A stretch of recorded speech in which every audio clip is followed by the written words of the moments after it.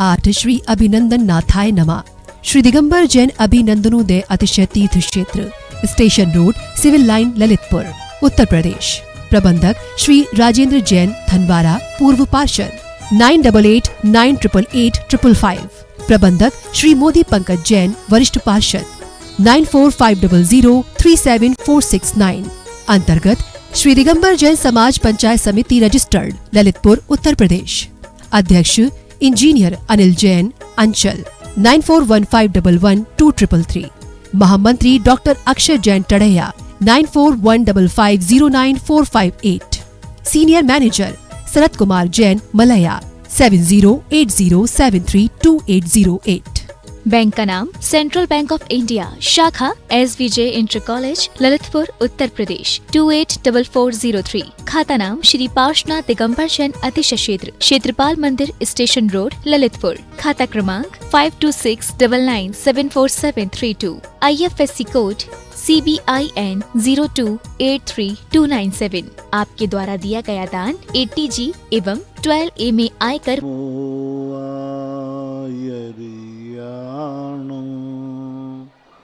नमो वज्रायाणो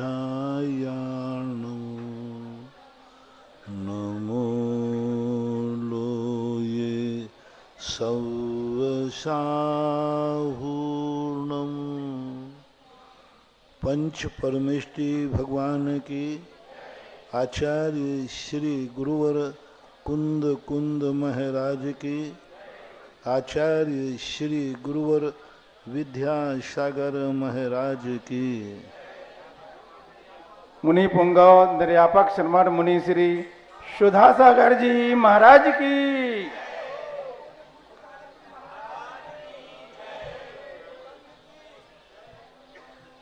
आज की प्रथम जिज्ञासा सर्वांग नायक जैन, रानीपुर, गुरुदेव के चरणों में बारंबार नमोस्तु। आपकी जिज्ञासा है महाराज जी, पंचम काल महादुखदाई ऐसा बचपन से सुनते आए हैं। अगर पंचम काल महादुखदाई है तो फिर छठवें काल का नाम दुखम दुखम क्यों रखा गया है? तो एक बार महा और लगा दो। ये महादुखदाई है, वो महादुखदाई। यहाँ कम से कम इतना है कि मिथ्यात के साथ जीव जन्मता है और सम्यक के साथ मर सकता है। जीवन में सम्यक दृष्टि हो सकता है, मरण भी सम्यक के साथ कर सकता है।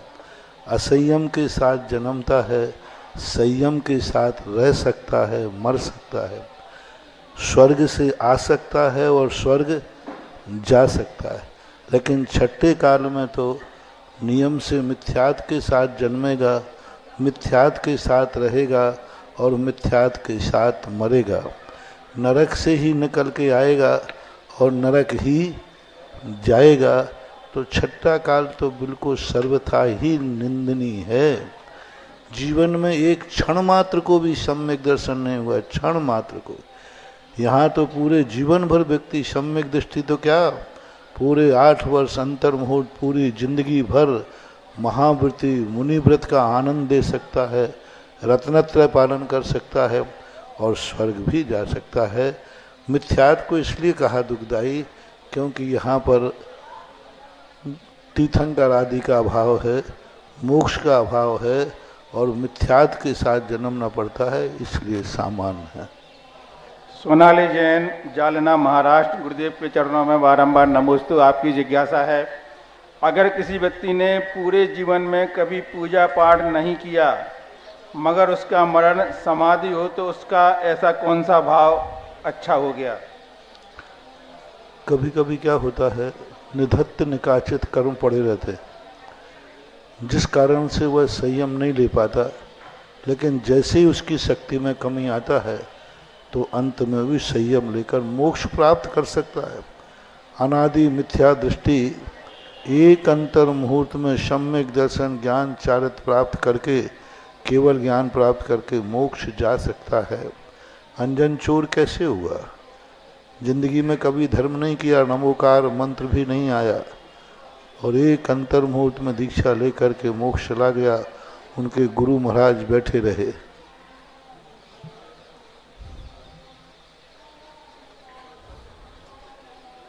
अलका जैन ललितपुर, गुरुदेव के चरणों में बारंबार नमोस्तु। आपकी जिज्ञासा है, अभिनंदनोदय क्षेत्र में पार्श्वनाथ भगवान मूल नायक हैं कि अभिनंदननाथ मूल नायक हैं?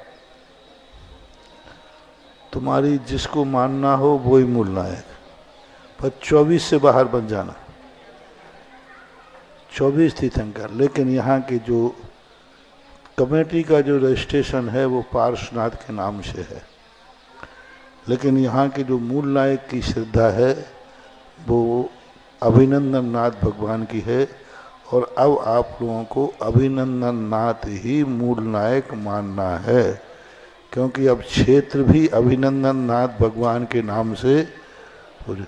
क्योंकि जो मूल नायक की प्रसिद्धि थी वो उसके कई कारण थे, और उन कारणों को अपन को विस्मृत होना ही श्रेष्ठ है।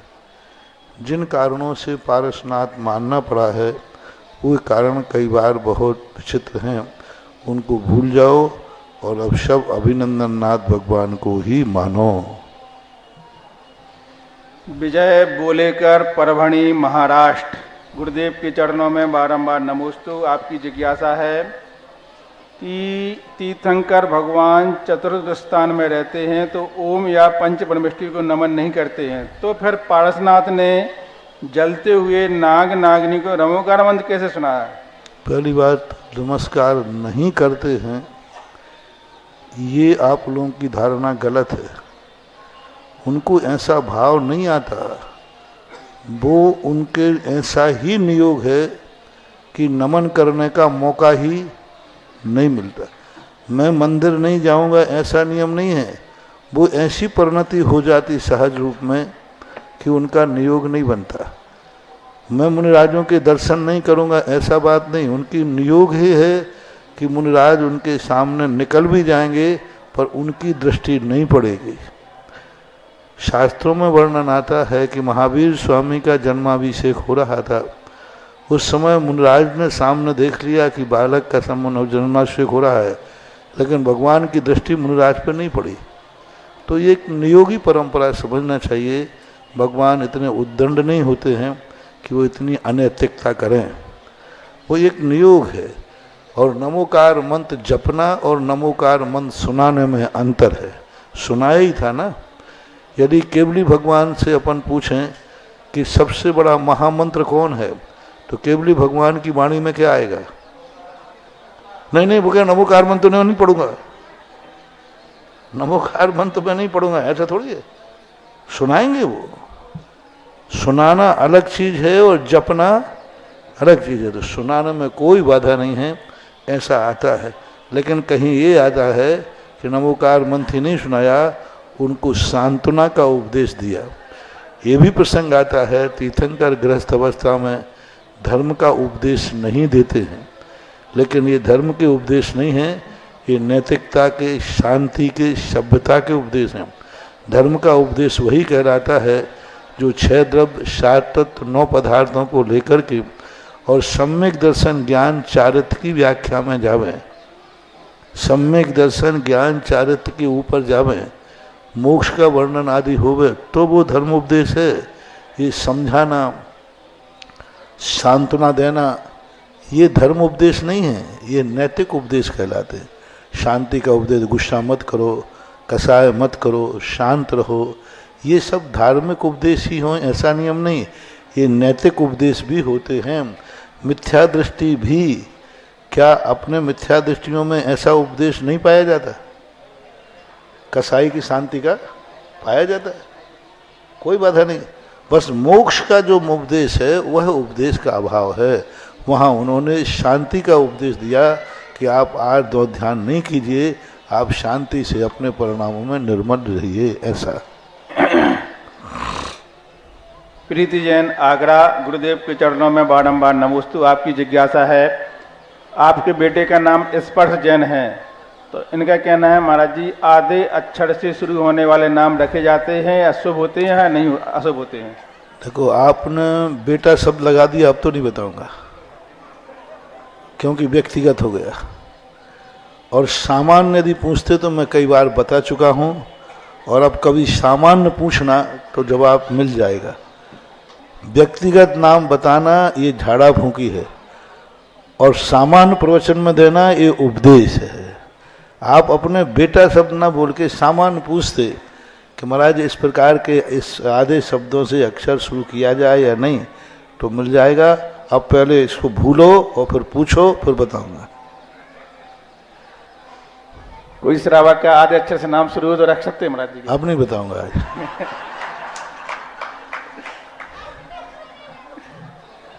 दीपक जैन पथरिया, गुरुदेव के चरणों में बारंबार नमस्तु। आपकी जिज्ञासा है, प्रतिमाधारी श्रावक क्रीम, पाउडर, शैम्पू आदि प्रसाधन का उपयोग कर सकते हैं क्या? कौन से? प्रतिमाधारी श्रावक क्रीम, पाउडर, शैम्पू आदि ये उपयोग कर सकते देखो, हैं? इसके संबंध में हिंसक चीजें हैं, अशुद्ध चीजें हैं, नहीं कर सकते। श्रृंगार का मना नहीं किया है। प्रतिमाधारी जो नैतिक श्रृंगार हैं, जो पारंपरिक श्रृंगार हैं, जो शुभ संकेत हैं, लोक व्यवहार में माने जाते हैं, उनकी तो मनाही नहीं की है। प्रतिमाधारी है तो क्या हुआ? 2 प्रतिमाधारी 8 वर्ष अंतर मुहूर्त से हो सकता है। अब 2 प्रतिमाधारी अभी अनमेरिड है, विवाह नहीं किया, वो 2 प्रतिमाधारी विवाह करेगा?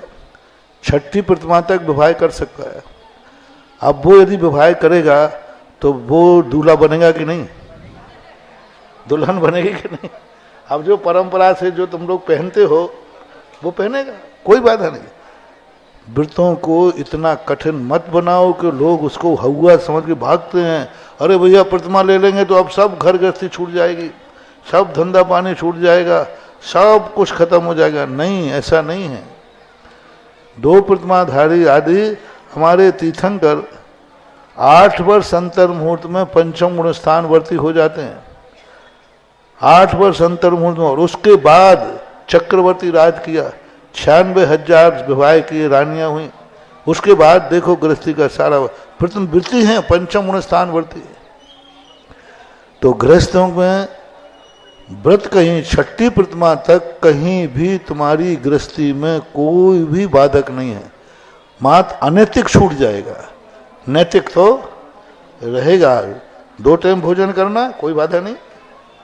आपके जो भी है, जो आपका श्रृंगार है, जो आपके लिए लोक व्यवहार में माना जाता है, सुहाग के सूचक होते ना जो, वो पहनेंगे। अब उसमें जो श्रृंगार है बस अहिंसक नहीं करना।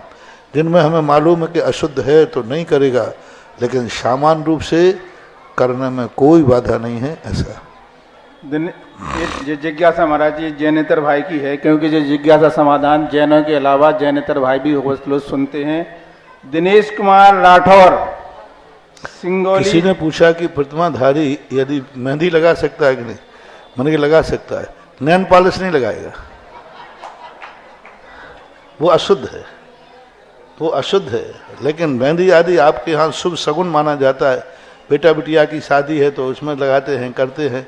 तो इन सब चीज़ों में हाँ, क्या जैनेतर दिनेश कुमार राठौर, सिंगोली जिला, नीमच, मध्य प्रदेश। गुरुदेव के चरणों में जिज्ञासा समाधान प्रवक्ता श्री सुधा सारा महाराज जी के चरणों में त्रिकाल बार नमस्तु। आपकी जिज्ञासा है, ढोल, गमार, शूद्र, पशुनारी, यह सब ताड़ना के अधिकारी। इस चौपाई का अर्थ आदमी आजकल गलत अर्थ निकाल रहा है। इस चौपाई का सही अर्थ बताने की कृपा करें। देखो, इसमें 2 अर्थ हैं, शूद्र, ढोल, गमार। ये तो ठीक है, समझ में। आपका सीधा उद्देश्य नारी पे है, पशु नारी। हाँ, पशुओं पर भी आपको कोई दया नहीं है। आप सारा प्रसंग आता है, पशुओं के लिए यदि ताड़ित नहीं किया जाए तो पशु उद्दंड हो जाता है। ढोल को यदि नहीं पीटा जाए तो वो आवाज ही नहीं करेगा। नारी को कहा है, पत्नी को नहीं कहा, माँ को नहीं कहा, बहन को नहीं कहा, बिटिया को नहीं कहा, नारी को कहा है।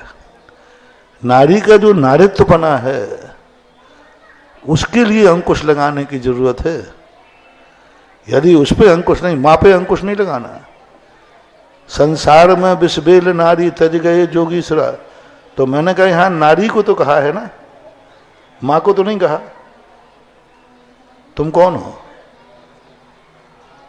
बहन को तो नहीं कहा, कहीं तो नहीं लिखा कि पत्नी विषबेल है।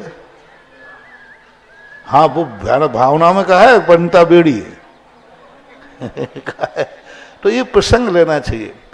वहां सबसे बड़ी चीज है, वहां जो नारत्व का उद्दंडपना है, उस उद्दंडपने के लिए अंकुश लगाने की बात कही है। उसको ना तो दुरुपयोग करना चाहिए, ना शोषण करना चाहिए, और ना बुरा मानना चाहिए। मैं तो ये कहता हूँ कि जिसको ताड़ित किया जा रहा है वो ये क्यों मान रहा है मुझे दुख दिया जा रहा है, ये माने कि मेरी सुरक्षा की जा रही है, ये मुझे सुरक्षा के लिए ही सब कुछ व्यवस्थाएं की गई हैं। ऐसे यस जैन जबलपुर, गुरुदेव के चरणों में बारंबार नमोस्तु। आपकी जिज्ञासा है, किसी के परिवार में सूर लगी है और उस वहाँ पर कोई वृत्ति श्रावक रहते हैं ब्रह्मचारी, तो वो उस परिवार में अपने हाथ से बनाकर खा सकते हैं क्या उनका भोजन? यदि घर में है तो कोई सुआ सूतक नहीं होता। मैंने कहा ना, नहीं, बाहर से आके रहते उस घर में, बाहर के आकर के उस घर में तो नहीं बनाएंगे, क्योंकि घर भी अशुद्ध मानते हैं। यदि घर में है, मैंने कहा ना, प्रतिमाधारी घर में है तो शोर सूतक होगा और वो घर में भोजन करेगा, कहाँ जाएगा? यदि बाहर का कोई त्यागी वृत्ति है तो वो वहाँ पर भोजन नहीं करेगा। लेकिन साधर्मी होने के नाते यदि उसके घर में भी वो घर में रहता है, जैसे दो प्रकार की त्यागी वृत्ति हैं, गृह त्यागी, ब्रह्मचारी आदि हैं, वो तो नहीं खाएगा। लेकिन आपका रिश्तेदारी है और रिश्तेदारी में सुआ सूतक है, आप रिश्तेदारी में गए हैं मरण आदि में बैठने के लिए और वहाँ सूतक है और आप वृत्ति है और आपका रिश्तेदार है, भाई बंधु हैं, तो आप वहाँ भोजन करेंगे, कोई बाधा नहीं। आप घर में रह करके सुआ सूतक पालते तो रिश्तेदार भी सुआ सूतक में है, आपका भाई बंधु है, चाचा है, उनके यहाँ गए हैं तो वृत्ति को भोजन करने में कोई बाधा नहीं है। लेकिन गृह त्यागी है, जिसने गृह त्याग दिया है, जिसको अपने घर का भी सूतक नहीं लगता है, वो व्यक्ति उस समय सुआ सूतक वाले के भोजन नहीं करेगा, उस मकान में भी नहीं करेगा। देवान जैन, बाहुबली नगर, ललितपुर, गुरुदेव के चरणों में बारंबार नमोस्तु। आपकी जिज्ञासा महाराज जी फिर ये नाम को लेकर के है। अपने जीवन में किसी व्यक्ति के नाम का भी बहुत प्रभाव पड़ता है। जैसे परिवार वालों ने समझ लिया था कि इनकी दुनिया में जय जयकार होगी, इसलिए उनका नाम जय कुमार रखा, तो इसका भी प्रभाव पड़ता है क्या? नाम के प्रभाव शास्त्रों के अनुसार देखे जाते हैं। ज्योतिष शास्त्रों को जब मैंने पढ़ा, पहले मैं भी नहीं मानता था, ज्योतिष शास्त्रों में हर राशि के अक्षर नियत हैं। जब मैंने अक्षरों के नेचर पढ़े, जितने अक्षर हैं ना, आ आ ई, इन सब का कलर है, इन सब का स्वाद है। प्रत्येक बीजाक्षर का स्वाद अलग है, कोई कड़वा है, कोई नमकीन है, कोई मीठा है, कोई, सब बीजाक्षरों के अलग अलग स्वाद हैं। प्रत्येक बीजाक्षर का स्पर्श है, कोई ठंडा है, कोई उष्ण, कोई गर्म है। प्रत्येक जो बीजाक्षर हैं इनकी गंध है, आ की गंध अलग है, ई की गंध अलग है, ऊ की गंध अलग है। प्रत्येक बीजाक्षर की गंध अलग है, क्योंकि पुद्गल का एक नियम है, एक गुण उसमें पाया जा रहा है, इसका अर्थ उसमें चारों हैं। हवा में स्पर्श गुण अपन को देखने में आ रहा है, तो चार हैं कि नहीं है? नियम है, क्योंकि वो हो ही नहीं सकता। स्पर्श गुण अकेला कभी, तो अपन को भली पकड़ में नहीं आ रहा है कि उसमें गंध कहाँ है, उसमें स्वाद कहाँ है, ना पकड़ में आए, लेकिन है। तो ऐसे ही सब में मानना। अक्षरों में रूप दिख रहा है कि नहीं? अक्षर अपन को दिख रहा है, अपन को दिख रहा है तो उसमें गंध भी है, वर्ण भी है, स्वाद भी, सब है, और इनका वर्णन भी मिलता है, इनके बहुत बड़ा। अब इसके संबंध में क्या है, आजकल कोई साधना तो करते नहीं बीजाक्षरों की, साधना करने पर बीजाक्षर का स्वाद अपन को खुद आने लग जाएगा।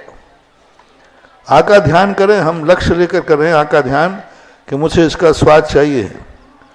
आप एकाग्र होकर के आ का जो स्थान है उस स्थान पर उसको बैठा दीजिए और आप एकाग्र होकर उसी का ध्यान करिए और आप लक्ष्य बना दीजिए, आज मुझे स्वाद लेना है। उस आ अक्षर का जो स्वाद है आपको जिह्वा पर महसूस होने लग जाएगा, गंध आने लग जाएगी उस बीजाक्षर की। सभी बीजाक्षरों में ये नेचर है। तो नाम के आने, और आपने देखा होगा कि राशियों के, आप लोग पेपर वगैरह पढ़ते ना, उसमें राशियों के बीजाक्षर लिखे रहते, इस राशि का ये अक्षर, इस ये क्या है प्रभाव पड़ता है। इसलिए कुंडली ज्योतिष शास्त्रों में जो ज्योतिष से कुंडली बनती है उसके अनुसार उस पर लिखा रहता है इसका राशि का प्रथम अक्षर, उसी पर ही नामकरण प्राय रखना चाहिए, अच्छा रहता है। दूसरा नाम नहीं रख सकते, नहीं, कोई बाधा नहीं, लेकिन गुड बेटर बेस्ट अच्छा है कि राशि के जो पहला अक्षर हो उसी पर नाम रखना चाहिए, और उसमें भी पूर्ण अक्षर हो तो रखना चाहिए, आधा अक्षर हो तो बचना चाहिए।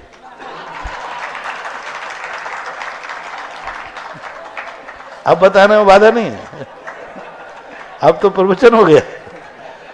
आधा अक्षर से बचना चाहिए, रेफ अक्षर से बचना चाहिए, जैसे नीचे रा लगा रहे थे ना, बचना चाहिए, निषेध नहीं है, देखो निषेध नहीं कर रहा हूं, बहुत बारी बात है, बचना चाहिए, इनके प्रभाव पड़ते हैं। ऋषभ कुमार जैन, भारेल, बड़ौदा स्वामी, ललितपुर। गुरुदेव के चरणों में बारंबार नमोस्तु। आपकी जिज्ञासा है, रक्तदान और मरण उपरांत अंग दान करना जैन आगम के अनुसार उचित है कि नहीं? इसको धार्मिक पायजामा मत पहनाओ, ये संयोग कहलाता है, ये सामाजिक व्यवस्था है। बहुत सारी चीज़ें हैं जो धर्म से बहुत दूर है, लेकिन समाज में है, व्यवहारिकता में है। इसका निषेध कभी करना नहीं और धर्म का रूप देना नहीं। देह दान, अंग दान धर्म में आ जाएगा तो लोग निकाल निकाल के देने लग जाएंगे, क्योंकि आंख नेत्र दान करना धर्म है, तो लोग, गरीब लोग बेचने लग जाएंगे कि भाई एक आंख बेच दो, पैसा आ जाएगा। नहीं, ये धर्म की कोटि में नहीं है, ये व्यवहारिक हैं, सहयोग हैं, होना चाहिए। इससे बहुत बहुत लाभ है, लोगों का जीवन बचता है।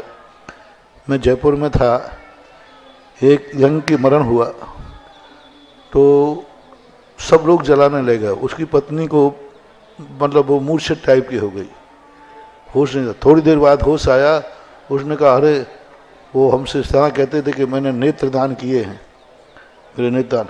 उसने तुरंत मरघट पर दौड़ी दौड़ी गई, लोगों से कहा नहीं उनको अर्थी पे मत बिठाओ, नेत्रदान करने की कह गए थे। वो हमेशा कहते थे कि मेरे नेत्रदान, और उस मुर्दे को उठाया, डॉक्टर गए और नेत्र निकाले उसके, मर चुका था, मरे पे निकालते हैं, और जिसको लगाया वो जिंदगी में कभी देख नहीं सकता था, उनकी आंखें थी ही नहीं, दोनों आंखों से अंधा था।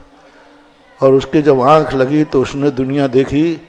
वो फूल पूजा लेकर के, अजैन था, लेकर के आया, और जो पत्नी थी वो उसको देवी मान के पूजा की कि आज तुम्हारी मेहरबानी से मेरी जिंदगी में आंखें देखने में आ गए। अब जलना तो थी, 2 मिनट बाद जल के राख हो जाती। अब किसी को जिंदगी मिल जाती है तो इसको व्यवहारिक समझो, सामाजिक समझो, लौकिक समझो, धार्मिक नहीं। सौरभ लालू, थनवारा। गुरुदेव के चरणों में बारंबार नमोस्तु। आपकी जिज्ञासा है, वकालत के व्यापार में छल कपट का दोष वकील को लगेगा कि जिसका वो बोल रहा है, जिसके बारे में चोरी मिथ्या आदि का, जिसके बारे में पक्ष बोलेगा उसको लगेगा, वकील को? मैं वकील साहब के संबंध में एक बार बोल चुका हूँ, और ऐसा बोला था कि वकील थर्रा गए थे और वकील साहब ने नियम लिया था, मड़वैया बैठे ना, हाँ, देखो वकील को भी लगेगा, वकील को ज्यादा लगेगा, क्योंकि उसने अपराध किया है, वो तो बचने का प्रयास करेगा, लेकिन वकील जान रहा है कि अपराधी है, फिर भी बचाने का प्रयास कर रहा है, तो कानून द्रोही है, अदालत द्रोही है, देश द्रोही है। देश ने अदालत किस लिए बनाई है? अपराधी को सजा देने के लिए। अदालत इसलिए है कि अपराधी को सजा मिले, और तुम अपराधी को बचा रहे हो तो अदालत द्रोही है, कानून द्रोही हो, देश द्रोही हो। देश ने बनाई थी अदालत इसलिए कि अपराधी को सजा दी जाए, और तुम बचाने का प्रयास कर रहे हो। हाँ, निरपराधी को फंसाया जा रहा है तो बचाना ही चाहिए, लेकिन जब तुम्हें मालूम है कि इसने मर्डर किया है, स्पष्ट मालूम है, इसने डाका डाला है, कोई इसको कोई मना कर ही नहीं सकता, स्पष्ट है, वो खुद कबूल कर रहा है, तो फिर यदि आप करते हैं तो आपको राष्ट्रद्रोह, कानून द्रोह, देशद्रोह का जो दोष है वो बराबर आप उसके दोष के भागीदार होंगे। ऑनलाइन जिज्ञासाओं के पश्चात जिनवाणी चैनल, सुधा कलश चैनल और आदिनाथ चैनल के समक्ष विराजित सभी गुरु भक्तों की ओर से और साक्षात यहाँ पर गुरु चरणों में विराजित सभी मुनि भक्तों की ओर से पूज्य मुनि द्वय के चरणों में बारंबार नमोस्तु नमोस्तु नमोस्तु। आज के जिज्ञासा समाधान कार्यक्रम में प्रथम जिज्ञासा रखेंगी डॉक्टर श्रीमती ज्योति जी खतौली। अपना जो भारत स्वतंत्र हुआ उस स्वतंत्रता संग्राम में जैनियों का क्या योगदान रहा, किन किन जैनियों ने अपने प्राणों की आहुति दी, अपना बलिदान दिया, इस विषय पर आपने एक बहुत ही अच्छी पुस्तक लिखी हुई है। ऐसी डॉक्टर श्रीमती ज्योति जी खतौली। और अगली जिज्ञासा के लिए तैयार रहेंगे महान वास्तुविज्ञ और जो हमारे श्रावक संस्कार शिविर के निर्देशक रहते हैं ऐसे श्रीमान डॉक्टर दिनेश जी गंगवाल जी। परम उपकारी गुरुवर के चरणों में बारंबार नमोस्तु नमोस्तु। मुनि श्री पूज्य सागर जी महाराज के चरणों में बारंबार नमोस्तु। पूज्य मुनि श्री, आज जो मैं यहाँ पर जिज्ञासा कर रही हूँ ये बहुत सारे लोगों का प्रश्न है और आज वर्तमान की ये समसामयिक समस्या है जिससे पूरा जैन धर्मावलंबी दुखी हो रहे हैं और अपने दुख को व्यक्त करने के लिए उन्हें कुछ मिल नहीं रहा है। मेरी यह जिज्ञासा हमारे शाश्वत तीर्थ सम्मेद शिखर जी के संबंध में है। हमारे अनंतानंत सिद्ध भूमियों की सिद्ध भूमि है ये और सभी को लगता है कि हम जीवन में एक बार शिखर जी के दर्शन कर लें और हर मंदिर में भी लिखा रहता है एक बार वंदे जो कोई नरक पशु गति नाही होई। तो पूज्य मुनि श्री, हमारा पवित्र तीर्थ स्थल पर्यटन स्थल के रूप में किसी न किसी माध्यम से होने जा रहा है और हम सब लोग और क्षेत्रों की तरह यहाँ भी असहाय सा महसूस कर रहे हैं। क्यों ना ऐसा कुछ हो कि हमारा यह क्षेत्र पवित्र तीर्थ क्षेत्र स्थिल अभी दिल्ली से लोग आए थे, इसी प्रश्न को किया था। मैं बहुत बोल चुका हूँ, मैं 2500 साल से बोल रहा हूँ। सन 1996 में हमने जयपुर में मीटिंग की थी, साहू अशोक साहू थे उस समय। उनसे कहा था मैंने कि तीर्थ क्षेत्र का मालिक कौन है? हर क्षेत्र की कमेटी है, सम्मेद शिखर के नाम की कोई कमेटी नहीं। सब कोठियों की कमेटी है, 13पंथी कोठी है, 20पंथी कोठी है, फलाना कोठी। सम्मेद शिखर के नाम से कोई कमेटी नहीं, कोई कमेटी है ही नहीं उस पहाड़ के समय। तीर्थ क्षेत्र कमेटी सारे भारत की है। आज जैसे मान लो यहाँ का क्षेत्र है अभिनंदनोदय, इसकी कोई कमेटी है कि नहीं? सब क्षेत्रों की, महावीर जी की, पद्मपुरी की, सबकी है। सम्मेद शिखर की कोई कमेटी नहीं। तीर्थ क्षेत्र कमेटी तो सारे भारत की है, वो अथॉरिटी नहीं है, वो एक इकाई है उसकी। लड़ रही है तीर्थ क्षेत्र कमेटी पावर लेकिन वहाँ की कोई कमेटी नहीं। आज जब भी समस्या जाती है तो हमारे सामने बहुत बड़ी समस्या खड़ी, कोठी मार, और लोग पैसा दे के आते हैं सम्मेद शिखर के नाम पर। जब तीर्थ क्षेत्र कमेटी मेरे पास पैसे की बात करने आई, मैंने कहा शिखर जी को पैसे की कमी? अरे ये छोटे छोटे क्षेत्र हैं, यहीं पैसे की कमी नहीं है, तो वहां तो सारे भारत का है। मूल कारण है हर व्यक्ति शिखर जी को दान देके आता है, लेकिन वो दान शिखर जी पर नहीं पहुंचता, वो कोठी पे पहुंचता है। तुम जिस कोठी में रुके हो वहीं तुमने रसीद कटाई और वो 1 रुपया भी पहाड़ के लिए नहीं देते, 1 रुपया भी। जितनी कोठियां हैं सबके पास करोड़ों करोड़ रुपया पड़े हैं, ब्याज पे चल रहा है। सब ट्रस्टी लोग ऐसा कर रहे हैं, सब कहूँ पैसा कहाँ जाएगा, वहाँ कोई खर्च तो ज़्यादा होता नहीं, और पहाड़ के नाम पर 1 रुपया भी नहीं देते। तीर्थ क्षेत्र कमेटी को मैंने कहा कि उन कोठियों से कहो कितना केस वगैरह लड़ना पड़ते हैं, पैसा 25%, 40%, हर प्रतिष्ठान जितने वहाँ हैं, हर प्रतिष्ठान में जितना दान आए उसका 25-30% सम्मेद शिखर के पहाड़ के लिए मिलना चाहिए। और या फिर एक तीर्थ क्षेत्र सम्मेद शिखर का एक कमेटी का ट्रस्ट हो, रजिस्टर्ड हो। लेकिन चूंकि अब अपन इतने पीछे हो गए हैं कि कई केस चल रहे हैं, तो अब उनका नाम बदलना मुश्किल हो जाता है। दूसरी बात है उसमें सबसे बड़ी गलती हमारी है। पहले सन 1983 की बात है, उस समय तक पवित्र था क्षेत्र। शीतल नाले पर लोग पानी पीते थे, वहां लड्डू मिलते थे। उसके ऊपर कहीं भी मैंने वंदना की, कहीं भी पानी नाम की चीज नहीं मिलती थी। एक रेस्ट हाउस था पार्श्वनाथ के नीचे, वहां कुछ कर्मचारी रहते थे, अथवा श्वेतांबरों का एक शीतल नाला करके मंदिर है, वहां उनकी व्यवस्था थी, बाकी कहीं कुछ नहीं था। आचार्य महाराज ने हम लोगों को कमंडल भी ऊपर नहीं लेना दिए, बोले कमंडल ऊपर मत ले जाना, कमंडल रहेगा तो लघु शंका का भाव आएगा। और मालूम यहाँ का एक एक कण सिद्ध क्षेत्र है। कमंडल नीचे शीतल नाले के यहाँ रखवा दिए थे और वहां से लौट के आते थे, तब कहीं जाकर के हम लोग लघु शंका वगैरह जाते थे। इतना पवित्र, बहुत पवित्र था उस समय। उसके बाद धीरे धीरे आप लोगों ने गलती की है, सब समाज ने, वहां लोग खाने पीने लगे और वहां ऊपर जाके धंधा इसलिए करते हैं कि वहां महंगा मिलता है। एक नारियल यहाँ 20 रुपए का है, 15 रुपए का, तो वहां 40 का मिलेगा। और मजदूर कहता है इतना ले जाने पर 40 की कमाई होती है, तो क्या है नुकसान है। तो ये सारे के सारे लोग जो यात्रा करने वाले हैं, ये खाना पीना करने लगे हैं। इतनी दुकानें बढ़ गई हैं, पारसनाथ टोंक तक पहुंच गई हैं दुकानें। आप यदि सारी दिगंबर जैन समाज एक नियम ले ले, हम पहाड़ पे चढ़ेंगे, उसके बाद कोई भी चीज नहीं खरीदेंगे, वे सारे दुकानदार कल नीचे आ जाएंगे। करेंगे क्या वहां बैठ कर? और इस मामले में पर्यटक क्षेत्र की जो मांगे हैं, ये क्यों आई? सबसे कारण आई उसकी दुकानें जो लग रही हैं ना।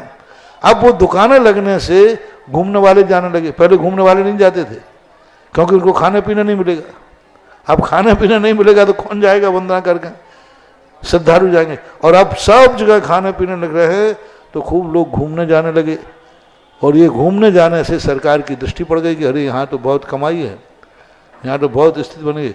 उन्हें पर्यटन क्षेत्र, इस संबंध में दिगंबर और श्वेतांबरों को एक हो जाना चाहिए और एक होकर के इसका बहिष्कार करना चाहिए। दिगंबर, जैसे कि अभी संलेखना के प्रसंग में सारे भारत के दिगंबर जैन एक हुए थे, दिगंबर श्वेतांबर, ऐसा ही सम्मेद शिखर के नाम पर हमारी लड़ाई घर घर की है, लेकिन सम्मेद शिखर को पर्यटक क्षेत्र नहीं बनने देना चाहिए। मैं तो श्वेतांबरों से भी कहना चाहूंगा, सारे दिगंबर श्वेतांबर एक हो जाओ कि सम्मेद शिखर को पर्यटक क्षेत्र नहीं बनने देंगे। ये जैनियों का आस्था का केंद्र है। और यदि दोनों एक होकर के सामने खड़े हो जाएं और पूरे नगरों में घर घर जाकर के नगर नगर में इसका ज्ञापन दिया जाए, संलेखना जैसा बाजार एक बंद होवे भारत का सम्मेद शिखर के नाम पर, जैसे उस समय सम्मेद शिखर के संलेखना के समय सारे भारत ने एक साथ प्रदर्शन किया था, ऐसे सारे दिगंबर श्वेतांबर दोनों एक होना चाहिए। एक से काम नहीं चलेगा, एक होगा दूसरा सपोर्ट कर देगा। पूरे दिगंबर श्वेतांबर सब साधु, सब जैसे संलेखना के समय साधु भी हों चाहे ग्रस्त हो, सबकी एक ही आवाज थी। और आज सम्मेद शिखर के नाम पर सब मिलकर के एक आवाज यदि उठाएं पूरे भारत की, तो सम्मेद शिखर बच सकता है पर्यटक क्षेत्र होने से। यदि पर्यटक क्षेत्र हो गया तो उदयगिरी खंडगिरी की क्या हालत है देख लीजिए। उदयगिरी खंडगिरी देख लीजिए, जहाँ जहाँ पर्यटक क्षेत्र हुए वहाँ यही दुर्दशा होने वाली है। अब चेत जाए, मैं तो बहुत बार बोल चुका हूँ, बोल रहा। नमस्ते गुरुदेव। इसके बाद जिज्ञासा करेंगे महान वास्तुविज्ञ श्रीमान दिनेश जी गंगवाल जयपुर। इसके बाद तैयार रहें श्रीमती क्रांति जैन बनारस। महाराज श्री के चरणों में अखिल भारतीय दिगंबर जैन विद्वत परिषद के सारे विद्वानों की तरफ से और संगीता और मेरी तरफ से कोटि कोटि नमोस्तु नमोस्तु नमोस्तु। महाराज जी, मैं कल्याण मंदिर स्तोत्र पढ़ रहा था, सौभाग्य मिला तो मैंने उसमें पढ़ा महाराज जी कि मुझे बोलने में दिक्कत क्यों आई, मैंने भगवान की स्तुति ही नहीं की। मुझे लोग गलत क्यों बोल रहे हैं, मैंने भगवान की स्तुति नहीं की। मुझे देखने में मुझे लोग गलत दृष्टि से क्यों देख रहे हैं, मैंने भगवान को अपलक निहारा ही नहीं। लेकिन महाराज जी मैंने एक चीज और देखी, मेरी जिज्ञासा है महाराज जी, आप जब भी भगवान को देखते हो आप अपलक देखते हो, ऐसे देखते हो जैसे भगवान से आपका तादाद में एक साथ जुड़ गया हो। आप प्रवचन भी देते हो, आप बोलते भी हो, तो महाराज जी मुझे कई बार लगता है आप बोलते नहीं हो, अपने आप को सुनते हो। तो महाराज जी कल्याण मंदिर स्तोत्र की बातें और आपका बोलना बिल्कुल मुझे ऐसा लगता है जैसे वो आप ही के लिए हो। तो महाराज जी, इसमें सामान्य जनों को भी या सामान्य विद्वानों को भी ऐसा क्या सीखना चाहिए जिनसे भगवान से उनकी लो जग सके, जुड़ सके? कुछ चीज़ें ऐसी होती हैं जो योग्यता के अनुसार आती है। अब ये योग्यता के लिए हमें साधना करना पड़ती है, तपस्या करना पड़ता है, मन को पवित्र करना पड़ता है, तब सीख पाएंगे। आचार्य जी के पास एक सज्जन आए, उन्होंने यही सब कुछ किया था, ध्यान किया था, सब कुछ किया था, पट्टी बांधे हुए थे, नैनागिर की घटना है, बड़ी मुश्किल से ऊपर आ पाए। और आचार्य जी का एक दिन पहले उपवास था, केशवंश था। तो उन्होंने महाराज जी बहुत धीरे बोले, तो आचार्य जी थोड़ा जोर से बोले, जोर से आना जैसे बोलते हैं। तो उनका आचार्य जी आप धीरे बोलिए, मेरा सिर ठटक रहा है। बोले महाराज जी हमने भी वही किया जो आप कर रहे हैं, मैं भी ध्यान करता हूँ, मैं भी योग करता हूँ, मैं भी भक्ति करता हूँ, मैं सब कुछ करता हूँ जो आप लोग करते हो, पर हमारी ये दशा क्यों है कि हम सुबह नाश्ता करने के बाद यहाँ आ पाए, और वो भी हमारी हालत है। और आपका कल का उपवास है और आप ऐसे दहाड़ रहे हो जैसे कि सुबह। तो आचार्य ने कहा ये तुम्हारी गलती ये है कि तुमने इसका लाभ तो लिया, इसका वैभव तो समझा, इसके पीछे जो कारण है वो नहीं समझा। क्या तुमने संयम धारण किया? क्या तुमने अपने मन को पवित्र किया? क्या तुमने इंद्रियों को पवित्र किया? क्या तुम मोह से परे हुए? नहीं हुए। इस कारण से तुम्हारी ये दशा हुई। दिशा के बाद दशा भी होना चाहिए। लोग दिशा से तो प्रभावित हो रहे हैं, दशा से प्रभावित नहीं हो रहे हैं।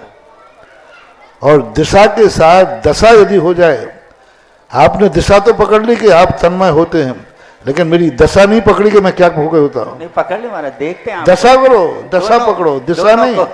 ये सब दिशा है, दशा देखो।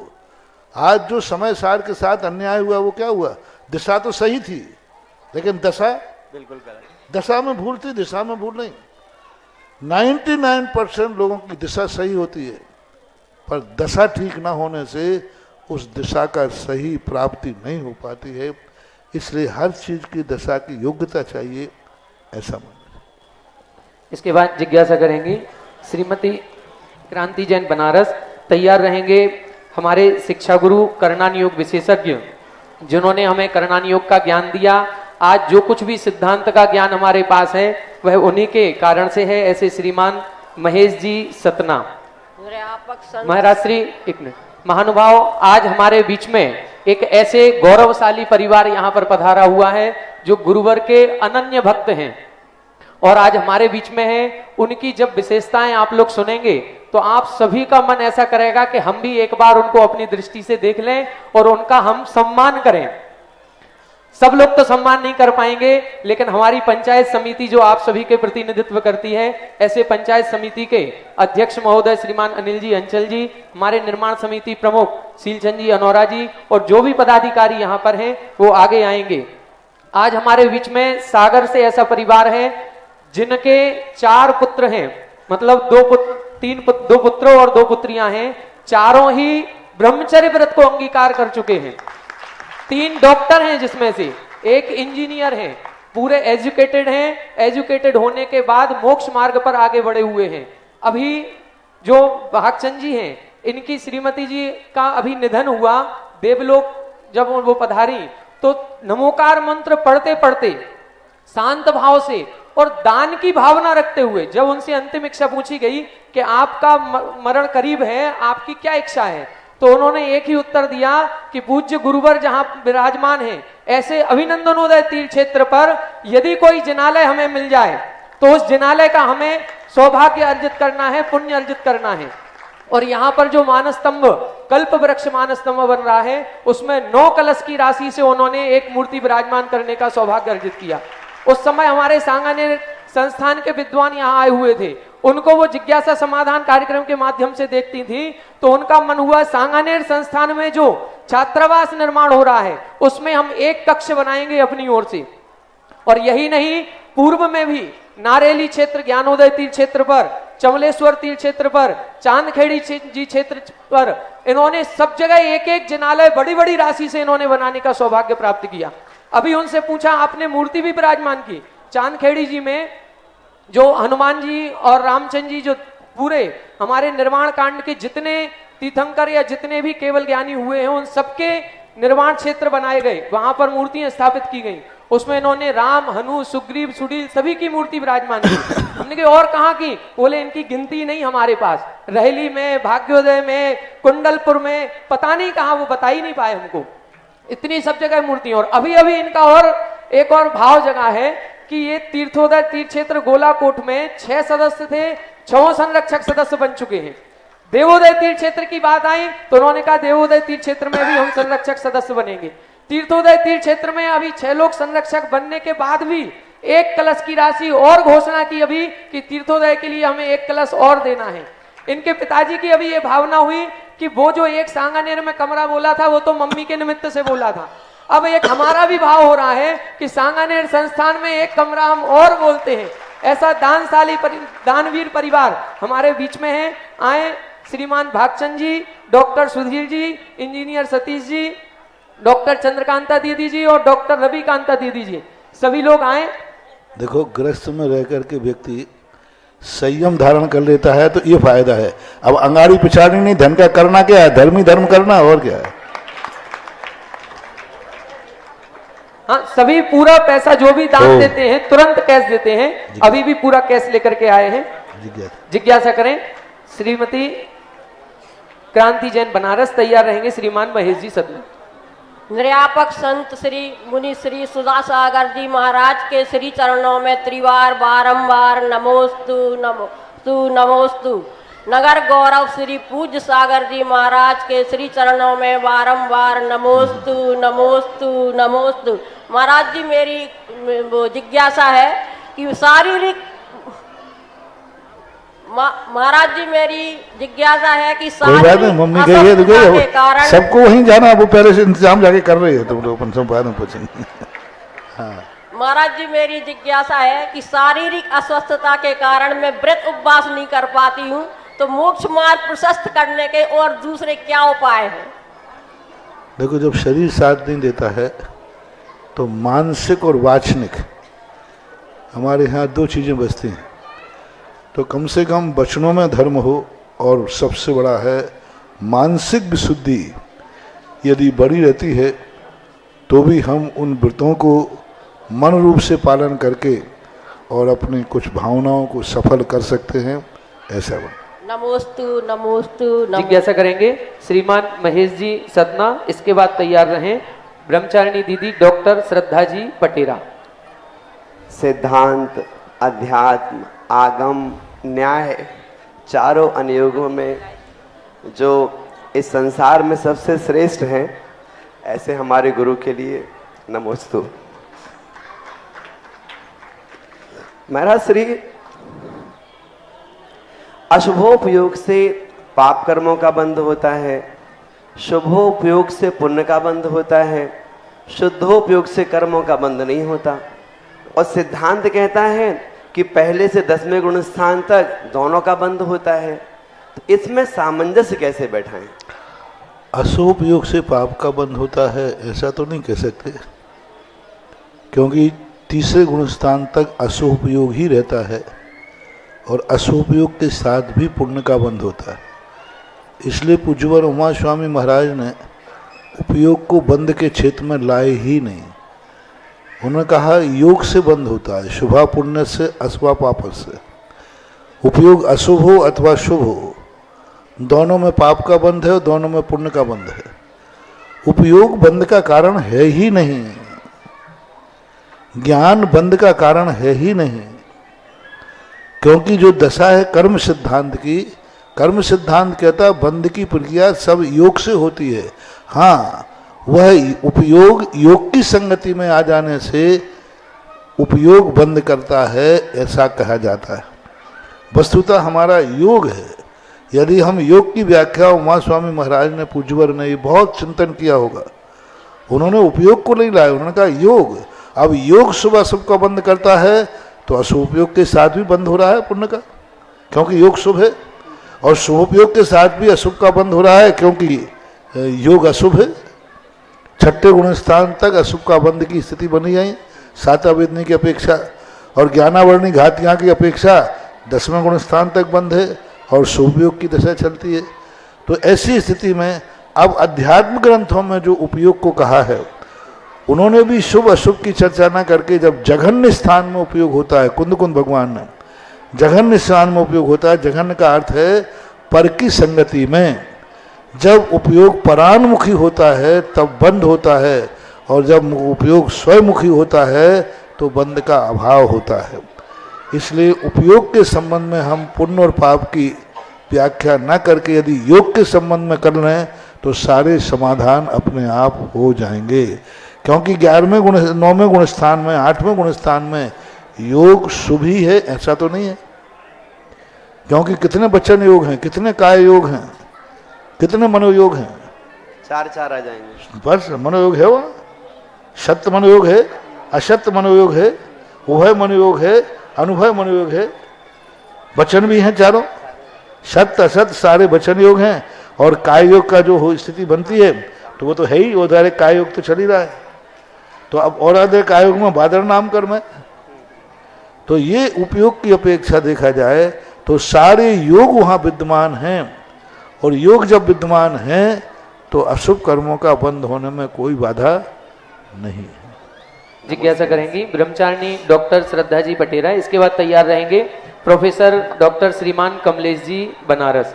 महाराज श्री, अभी इस परिवार के द्वारा एक और घोषणा की गई है कि उनकी मम्मी का जितना भी सोना और चांदी रखा था वो सब लेकर के आए हैं, और उनका कहना है कि महाराज श्री जहां आदेश करेंगे, निर्देश करेंगे, जिस रूप में करेंगे कि कहां किस रूप में करना चाहिए वो सब पूरा दान के लिए सबसे कहना मैं तो कमंडल लकड़ी के ही रखूंगा और पीछे भी लकड़ी की रखूंगा। जिज्ञासा करें। निरापक स्मरण मुनिवर श्री सुधासागर जी महाराज जी के पावन चरणों में बारंबार नमस्तु। मंचसीन मुनिवर श्री पूज्य सागर जी महाराज श्री के पावन चरणों में मेरी ओर से, मेरे परिवार की ओर से बारंबार नमस्तु। मुनिवर श्री, मेरी जिज्ञासा है कि आज आपने कहा था कि सभी के जीवन में एक मंत्र होना चाहिए जो जीवन के अंतिम क्षण तक रहे, और नमोकार मंत्र के अलावा मुझे ऐसा कोई मंत्र समझ नहीं आता, तो आपके मुखार मंत्र। मैंने आप लोगों को नहीं कहा, मैंने मुनि महाराजों को कहा है। आप लोगों को, आपको तो नमोकारी मंत्र है जो सर्वव्यापक है, सब वहीं तक रहना, उससे आगे बढ़ना भी नहीं तो खतरा हो जाएगा। बस एक छोटी सी जिज्ञासा। ओम शांति।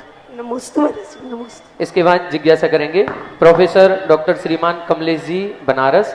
तैयार रहें श्रीमती नीलम जी सिंघई बरुआ सागर। पूज्य गुरुदेव के पावन आशीर्वाद से जो ललितपुर में चारों जो आसपास क्षेत्र हैं, देवोदय तीर्थ अक्षय तीर्थ क्षेत्र देवगढ़, सतोदय तीर्थ क्षेत्र सेरोंजी, शांतोदय तीर्थ क्षेत्र चांदपुर जहाजपुर, और चौथी गुरुदेव आपने जो जनक जननी वृद्धा आश्रम के लिए जैन सेवा समिति को आशीर्वाद दिया, उसकी सदस्यता। अब ज्यादा, कितने ज्यादा नाम है? नहीं, एक ही नाम है अभी तो, हैं तो 60 नाम हो गए लगभग। हम बाद में बोले, एक नाम बोल रहे। श्री कोमल चंद जी राजीव कुमार जैन रोणा वाले, नई बस्ती ललितपुर, इन्होंने नगद 21 जमा कर दी है। और एक जो आज गुरुदेव आपके पावन आहार दान का सौभाग्य जिन्हें प्राप्त हुआ, ऐसे हमारे श्रेष्ठी परिवार जड़ी बूटी परिवार द्वारा आज की आरती का सौभाग्य लिया है। और सबसे बड़ी जो आप सुबह आदिनाथ जिनालय सिविल लाइन मंदिर गए थे, उस जिनालय में जैसे गुरुवर आपके चरण पड़े और आपने जो वचन सिद्धि की, जो आपकी हम लोग पूरे क्षमता देख रहे हैं कि हम लोगों को पूर्ण एहसास है कि आपके मुख से जो निकल गया वो सिद्ध होने ही होना है, होने ही होना है। तो ऐसा ही गुरुदेव वो सिद्धि हुई। और इन्होंने सुबह तक ये जो है 11 कलश की राशि पे थे, अब इन्होंने 21 कलश की राशि से वेदी का पुण्यार्जन कर लिया गुरुदेव। बहुत अच्छा।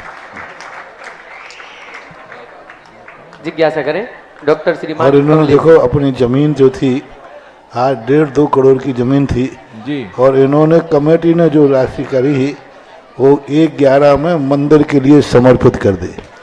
ये इसने तो अपना हिस्सा, क्योंकि भाई लोग थे, इसने अपना हिस्सा तो दान में दे दिया, लेकिन इसके भाई बाहर लोग रहते थे, उनके परिणाम स्थिति अनुकूल नहीं बनी, तो अपनी जमीन कोई देता नहीं है। अभी दूसरे मंदिरों में कुछ जमीन चाहिए जैनियों की, इतने मुंह भा रहे हैं, 1 रुपए की जमीन है और 10 रुपए बता रहे हैं। जैनी 1 रुपए की जमीन दूसरे मंदिरों में, अभी श्री ललितपुर में ऐसा ब्लैकमेलिंग कर रहे हैं जैसे कि कुछ पूछो मत। और इन्होंने कहा कि नहीं, मंदिर के लिए चाहिए है, ये बेचे तो 1.5-2 से ऊपर जाएगी, लेकिन मंदिर के लिए जो कमेटी ने कहा, इन्होंने आज समर्पित करके वो जमीन भी सिविल लाइन मंदिर, जी सिविल लाइन में, हाँ सिविल लाइन मंदिर के लिए समर्पित कर दी। बहुत अच्छा, पंचायत के उसमें ही रहेगी गुरुदेव। और आज के इन्होंने सौभाग्य में 111 कुंटल उड़द भूसा और 5 कुंटल गुड़ गौशाला के लिए भी दान में दिया। गुरुदेव जो आपने कहा, निश्चित रूप से आ जाए पूरा परिवार, महेंद्र कुमार, राजेंद्र कुमार, राजू, अभिषेक कुमार, समस्त जड़ी बूटी परिवार आ जाएं। और गुरुदेव जो आपने मुखारबिंद से निकला है, वास्तव में 150 कलश की जमीन इन्होंने 100 कलश में, 111 कलश में दी है। ये आपकी, और सदैव जो है हर जगह इनका पूरा दान और दानशीलता बनी रहती है। गुरुदेव आप तो आज बात बिल्कुल ऐसी हुई है कि परीक्षा भी तुम ही लेते हो तो पार भी तुम लगाते हो, इसीलिए तो गुरुवर तुम हर दिल में समाते हो, इसीलिए तो गुरुवर तुम हर दिल में समाते हो। पूज्य श्री के श्री चरणों में नमोस्तु नमोस्तु नमोस्तु। पूज्य श्री, मेरा प्रश्न यह है कि जब जीव अगले आयुष्य कर्म को बांध लेता है, तब जाकर के उसका मरण होता है। जब हम भावमंडल में 7 भाव देखते हैं तो पिछले 3 भाव तो समझ में आते हैं, चौथा भी समझ में आता, लेकिन उसके बाद 5वां, 6ठा और 7वां, तो क्या ये एक साथ 3-3 भाव बांध लेते हैं क्या, अथवा वो क्रम से एक एक करके बांधते हैं? कैसे 3 भाव देख लेते हैं अगले वाले? विशेषता ये होती है क्योंकि सर्वज्ञ और महामंडल में हमने जो और कर्म बांधे हैं, उन कर्मों के आधार पर निर्णय किया जाता है। जैसे आज विज्ञान करता है कि इतने दिन में मौसम आ जाएगा, अभी समुद्र में तो लहर ही नहीं उठी, 2-2 महीने पहले कहते हैं इतने मौसम आएगा, इतने चक्रवात आएगा, तो ये उन्होंने कैसे, अभी तो चक्रवात उठा ही नहीं, फिर भी वो कह रहे चक्रवात आएगा। पानी अभी उठा ही नहीं, फिर भी कह रहे तारीख को बरसात शुरू हो जाएगी। अभी ग्रहण पड़ा ही नहीं, वो कह रहे हैं कि इस तारीख को ग्रहण पड़ेगा। तो दूसरे जो सिस्टम होते हैं कि यदि ये सिस्टम नज़र आ रहा है तो इसका अर्थ है कि इस तारीख को आएगी। एक टिटोरी नाम का पक्षी होता है, किसान लोग लगाते हैं कि इसने यदि पक्षी पेड़ पर अंडे दिए हैं, इसका अर्थ कि बरसात बहुत तेज आएगी। और नदी के अंदर दिए हैं रेत में, तो इसका अर्थ इस बार सूखा पड़ेगा। वो टिटोरी नाम के पक्षी को कैसे पता? बहुत बड़ा ज्योतिष है इनका, टिटहरी, हाँ टिटहरी, जो टी बोलती है, वो यदि रेत में दे देती है तो इसका अर्थ सूखा पड़ेगा, और पेड़ पे दे दे तो इसका अर्थ बरसात होगी। अब उस पक्षी को ये कैसे महसूस हुआ? तो ये अनुमान ज्ञान कहलाता है। इसी प्रकार अपने ज्ञान कर्म जो बंधे रहते हैं कि उस कर्म के आधार पर अनुमान निश्चित किया जाता है, यह कर्म आएगा, उसको यह आयु बंद होगी और इस प्रकार की गति में जाएगा। तो वो कर्मों का सिस्टम है, नियत नहीं है वो। मैंने अभी एक प्रश्न दिया है सारे भारत के लिए, केवली भगवान का ऐसी कोई घोषणा बताओ जो 70 कोड़ा कोड़ी सागर वर्ष से अधिक की हो। केवली भगवान ने वही घोषणाएं की हैं जो कर्म के अंतर्गत है। जैसे मारीच को कहा कि 1 कोड़ा कोड़ी सागर वर्ष बाद तीर्थंकर बनेगा, तो 1 कोड़ा कोड़ी सागर वर्ष का कर्म देख लिया उन्होंने कि इसका मिथ्यात्व 1 कोड़ा कोड़ी सागर के पहले गलेगा ही नहीं, क्योंकि निधत्त निकाचत है। 70 कोड़ा कोड़ी के बाहर क्या कोई भी घोषणा किसी भी शास्त्र में किसी भी भगवान ने की हो तो बता दो। जो क्रमबद्ध पर्याय मानते हैं, जो कहते हैं सब भगवान ने जो कहा है, तो भगवान ने किस आधार पर कहा? कर्म के आधार पर। 70 कोड़ा कोड़ी वर्ष के बाद की कोई भी घोषणा कि 70 कोड़ा कोड़ी वर्ष बाद फलाना व्यक्ति ऐसा करेगा, ऐसा होगा, ऐसा होगा, कोई घोषणा अभी तक तो मुझे नहीं मिली। सारे भारत को इसलिए छोड़ दी कि सब लोग ढूंढे। 70 कोड़ा कोड़ी सागर वर्ष की कोई घोषणा केवल ही भगवान के द्वारा कराना है। तो ये जो भवांतर दिखते हैं कर्म की श्रृंखला से वो उसको जोड़ लेते हैं, इसका कर्म ऐसा है, ये निधत निकाचित है और ये इसको ऐसा ही बंद होगा, इसलिए ऐसा होता है। ओके, जय जिनेन्द्र। जिज्ञासा करें श्रीमती नीलम जी सिंघई बरुआ सागर। इसके बाद तैयार रहेंगे डॉक्टर आलोक जी भोपाल। मेरे गुरुवर को मेरे दोनों परिवार से बारंबार नमोस्तु नमोस्तु। हे गुरुवर, मेरा प्रश्न यह है कि अपन मंगल कार्यों में जो स्वास्तिक बनाते हैं उसमें 4 बिंदु क्यों लगाते हैं? इसके संबंध में शास्त्रीय कोई प्रमाण नहीं है। स्वस्तिक का उल्लेख मिलता है और प्राचीन में स्वस्तिक को नंद्यावर्त का एक बिगड़ा हुआ रूप स्वस्तिक है। मूल प्राचीन शास्त्रों में नंद्यावर्त का उल्लेख मिला, नंद्यावर्त के बाद फिर स्वस्तिक का भी उल्लेख मिला है, लेकिन इसमें बिंदी लगाना, चंद्र बिंदी लगाना, इसके संबंध में आगम में कोई उल्लेख नहीं है। ये मार्ग परंपराएं बनती जा रही हैं। तो शुभ संकेत के रूप में चंद्र सिद्ध शिला बना देते हैं, 1 बिंदी रख देते हैं, 3 रख देते हैं, 4 रख देते हैं। तो ये सब एक विश्वास और तर्क के आधार पर, श्रद्धा के आधार पर लगाते जाते, आगम में कोई प्रमाण नहीं मिला ऐसा। इसके बाद जिज्ञासा करेंगे डॉक्टर आलोक जी जो ललितपुर के निवासी हैं और अभी भोपाल में केंद्रीय संस्कृत विश्वविद्यालय में जैन दर्शन के पद पर कार्यरत हैं। डॉक्टर आलोक जी, इसके बाद तैयार रहें कुमारी सृष्टि जैन। नमोस्तु गुरुवर। अभी दोपहर में एक जिज्ञासा के समाधान में आप उत्तर दे रहे थे कि जो वेदी पर विराजमान भगवान हैं वो वीतरागता देते हैं, इसलिए साधुओं को उसके लिए उसमें लगना चाहिए, और जो श्री पर विराजमान भगवान होते हैं उसका गंधोदक श्रावकों के लिए है। तो मेरी जिज्ञासा यह है कि अगर श्रावकों वाला जो गंधोदक है श्री वाला, वो अगर साधु ग्रहण कर लेते हैं तो उसका क्या प्रभाव पड़ता है? मैं तो कर ही रहा हूँ, रोज करता हूँ। मालूम इसका क्या प्रभाव? श्री के 2 अर्थ, अंतरंग लक्ष्मी और बहिरंग लक्ष्मी। तुम्हें बाहर का पैसा मिलेगा, हमें अंदर का पैसा मिलेगा। हम जानते हैं कि ये बोलेंगे तो तुम्हें कह सकते हो। श्री का अर्थ 2, अंतरंग लक्ष्मी और बहिरंग लक्ष्मी। तो तुम अपनी लक्ष्मी तुम समझ लेना, मैं अपनी लक्ष्मी अब, क्योंकि श्री लक्ष्मी का प्रतीक है, बहिरंग और अंतरंग लक्ष्मी का। निषेध नहीं है, वेदी पे तो अपन 24 घंटे दर्शन करते ही हैं, लेकिन एक विशेषता बताई कि अभिषेक के समय ही श्री पर क्यों, कारण क्या हो सकता है? जब भगवान वेदी पर, हम बीजाक्षर पर बैठते हैं, तो अभिषेक के समय श्री क्यों? और सभी आचार्यों ने लिया, तो उस पर्पस में उनको बताया था। बाकी दर्शन तो और अंतरंग लक्ष्मी तो साथ में है, अंतरंग और बहिरंग दोनों। नमोस्तु।